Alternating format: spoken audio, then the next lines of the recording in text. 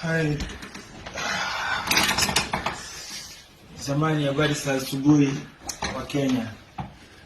I just want to greet you and want to say thank you for being part of my journey.